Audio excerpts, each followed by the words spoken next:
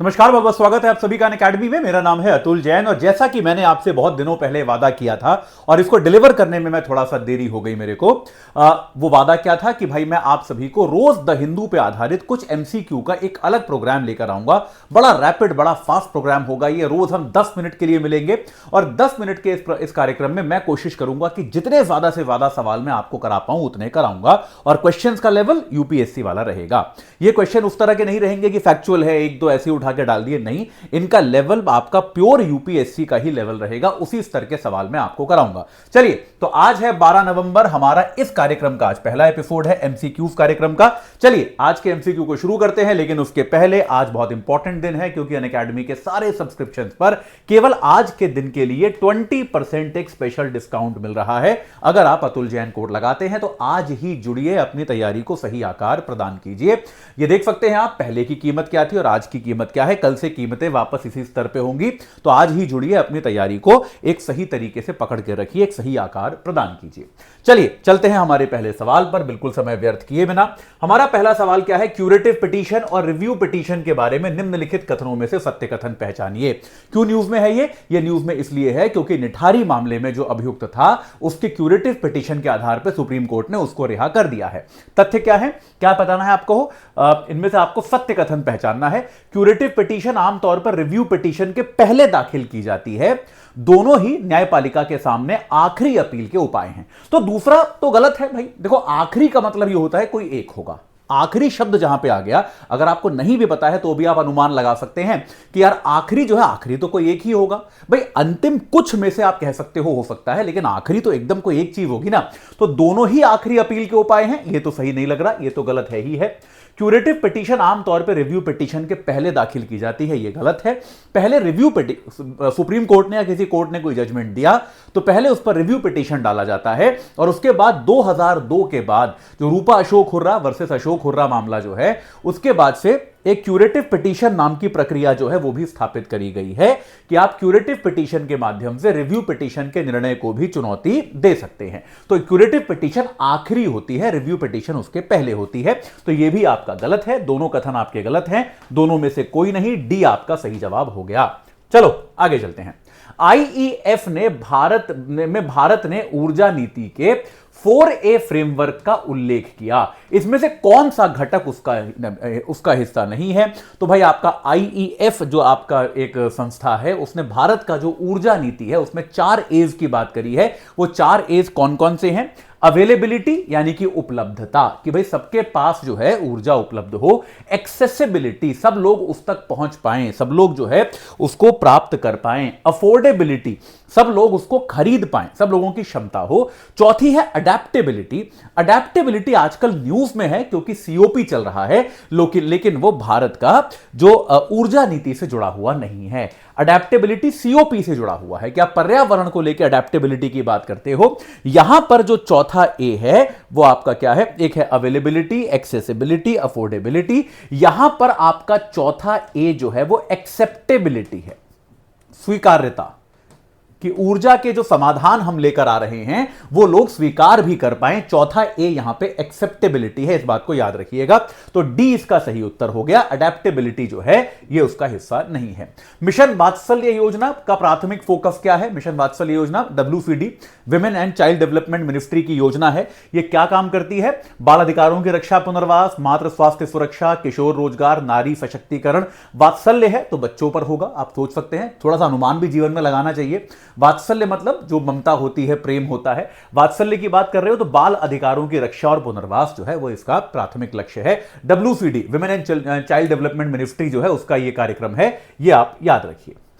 World bank की India development update 2025 report आज के हिंदू में है ये। उसके अनुसार भारत की आर्थिक वृद्धि का प्रमुख चालक कौन सा क्षेत्र है? तो वर्ल्ड बैंक ने क्या किया है भैया, एक भारत के डेवलपमेंट के आधार पे, भारत के डेवलपमेंट को स्टडी करते हुए एक रिपोर्ट निकाली है जहां पर यह बताने की कोशिश करी है कि भारत का विकास जो हो रहा है उसे कौन ड्राइव कर रहा है, कौन सा जो आपका अर्थव्यवस्था का क्षेत्र है उसको आगे लेकर जा रहा है। निर्माण क्षेत्र, सेवाएं और निजी उपभोग, निर्यात, कृषि उत्पादकता। अगर आप मेरी हिंदू की क्लास करते हैं तो कम से कम 50 बार तो बता चुका हूं, निजी उपभोग भारत की अर्थव्यवस्था की सबसे बड़ी शक्ति है कि जो प्राइवेट कंजम्पशन है हमारे देश के नागरिकों का, वो बहुत बड़ी ताकत है जिससे हमारी अर्थव्यवस्था में गति बनी रहती है। तो बी इसका सही जवाब हो गया, सेवाएं और निजी उपभोग जो है। और यही कारण है कि आप देखेंगे अगला क्वेश्चन इस पर ही बेस्ड है, यही कारण है कि वर्ल्ड बैंक ने जो हमारी ग्रोथ रेट एस्टिमेट करी है वो कितनी करी है, 6.5% करी है, जबकि आईएमएफ क्या कह रहा था, 6.3 ही होगी।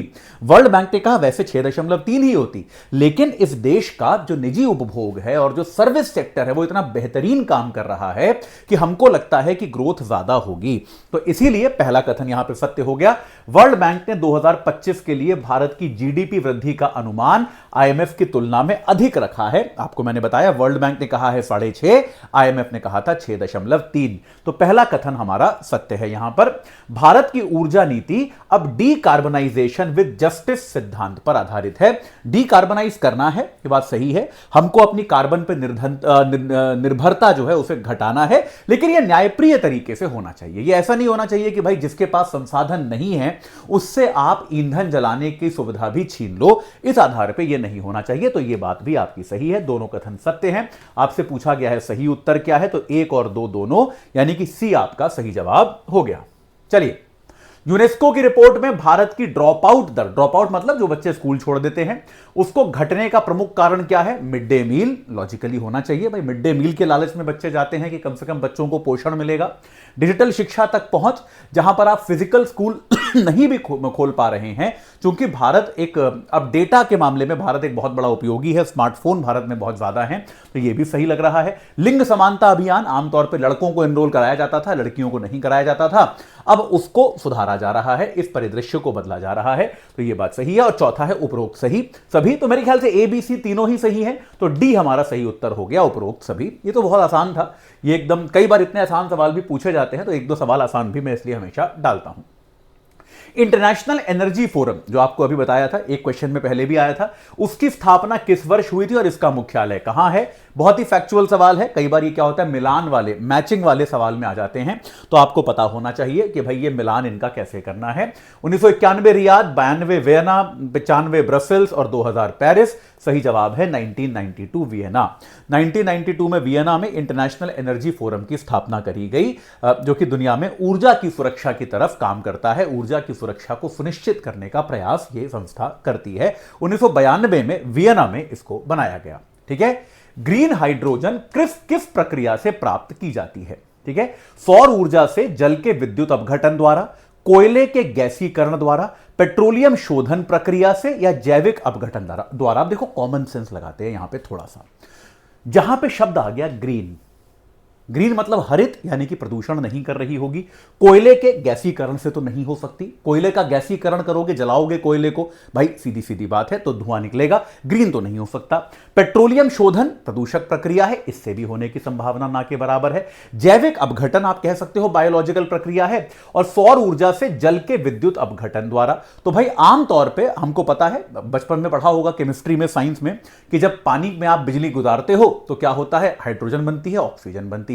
बस यहां पर यह है, तो ऐसा तो ये तो हाइड्रोजन का निर्माण हो गया।